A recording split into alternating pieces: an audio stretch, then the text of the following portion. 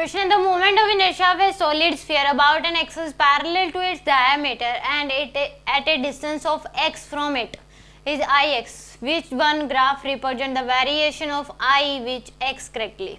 तो यहाँ पे ये दे दिया आपको सॉलिड स्फीयर, तो सॉलिड स्फीयर का सेंटर से अगर पास करिए तो मोमेंट ऑफ इनर्शिया जो होता है वो क्या होता है आपके पास 2/5 mr²।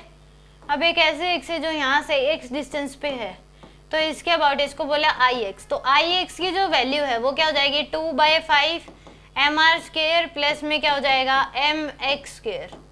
तो यहाँ पे अगर देखें मोमेंट ऑफ इनर्शिया ix जो है वो x की पावर क्या है 2 के साथ रिलेटेड है, x की पावर 2 के साथ क्या है रिलेटेड, ये तो कांस्टेंट हो गया, तो यानी कि y जो है इक्वल टू क्या हो गया x²। एक प्रकार से लिख सकते हैं यहाँ पे, तो यानी कि ये क्या बनेगा ओपन पैराबोला बनेगा। क्या बनेगा ओपन पैराबोला। अब अगर इसमें x की वैल्यू आप 0 पुट कर दो, x की वैल्यू क्या पुट कर दो 0, तो ix की जो वैल्यू है वो क्या हो जाएगी आपके पास 2/5 mr²।